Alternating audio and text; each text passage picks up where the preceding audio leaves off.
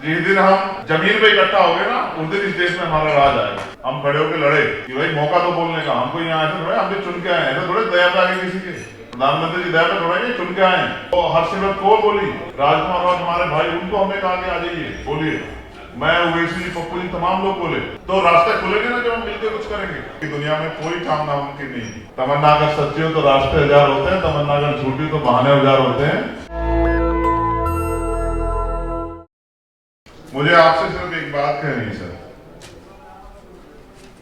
ये ठीक है कि जनता ने हमें आशीर्वाद देकर लोकतंत्र की पवित्र मंदिर में भेज दिया है, हमारी ताकत बढ़ाई है क्योंकि उन्होंने हम पे भरोसा किया।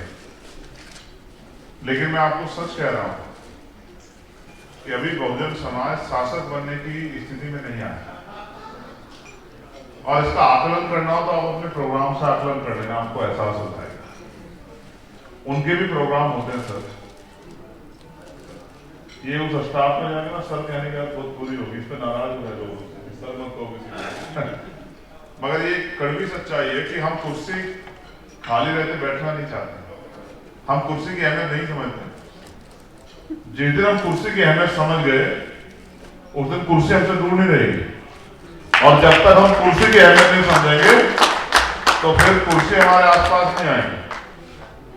मैं धन्यवाद देता हूं वी द पीपल की टीम ने मेरी आर्थिक मदद भी की चुनाव में, मुझे कहने में कोई संकोच नहीं। जिन्होंने जो किया मैं कहूंगा, या बहुत सारे साथी हैं जिन्होंने मेरी मदद की आर्थिक रूप से, बहुत सारे साथी, मैं नहीं बोलूंगा उनको, क्योंकि मैं किसी धन्ना सेठ का बेटा नहीं हूं, मैं तो प्राइमरी स्कूल के मास्टर का बेटा हूं, वो भी अब इस दुनिया में नहीं है। तो मेरे तो गार्जियन यही लोग थे, इन्होंने मेरी मदद की, बहुत मेहनत जुटाई, समय दिया जाके। और मैं बहुजन मीडिया के साथियों का भी धन्यवाद दूंगा, चाहे उनके मन में कुछ भी चलता रहे, लेकिन उन्होंने मेरी मदद की। मैं उनको सच कह रहा हूं, आपने बहुत लोग आजमा कर देखा, आपको चंचका भरोसा करना चाहिए, बड़े बड़े पेड़ों की तरफ नहीं देखना चाहिए। और जब आप बात करते हैं बहुजन की, तो आप मेरी इस बात को गौर कीजिए सर, कि बहुजन एक वृक्ष है, जातिहीन समाज की बात करने वाले लोग हैं। और ये एक कड़वा सच है नील भाई, जितने लोगों को आपने मंच पर बुलाया ना, वो सब वक्ता है, उनको 2, 4, 10 मिनट में तो उनका गला भी तब वो नहीं होता, सूखता वो नहीं होता, शुरू नहीं होता। उनको कम से कम घंटे 2 घंटे बोलना है समाज को सब सिखाने के लिए, लेकिन फिर भी सब लोग देखिए अनुशासित है, अपने 2-2 4-4 मिनट में कह रहे हैं।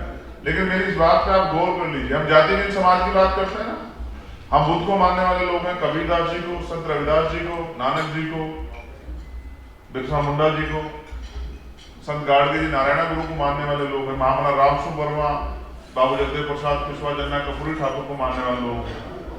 हम चौधरी चरण सिंह जी को, सर छोटू राम को, मान्यवर काशी राम साहब, मान्यवर दीना भाना वाल्मीकि साहब को मानने वाले लोग हैं, शिवदयाल चौरसिया जी, संतराम वीर प्रजापति जी को मानने वाले लोग हैं। लेकिन ये बताओ, जब हम मन से मानते हैं कि हम जातिहीन समाज चाहते हैं, तो बहुजन तो एक पेड़ की शाखाएं तो हैं, फिर क्यों नहीं इकट्ठा होते सर?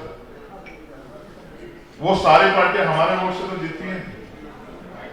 जिस दिन हम जमीन पे इकट्ठा हो गए ना, उस दिन इस देश में हमारा राज आएगा।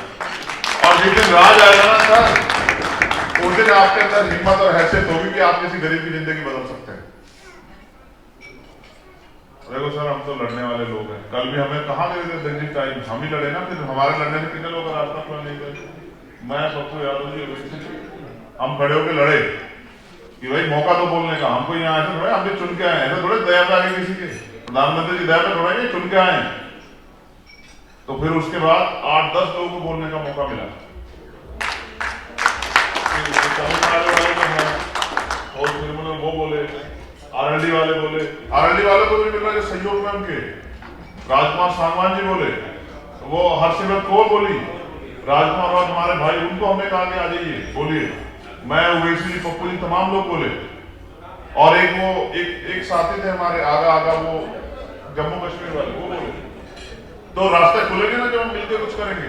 तो मैं विश्वास दिलाता हूँ युद्धा पीपल को, उनके इशू तो वही इशू जिनको हम लोग लड़ रहे हैं, लेकिन हर तरह से आपके साथ इशू पे भी, सड़क पे भी और संघर्ष में भी।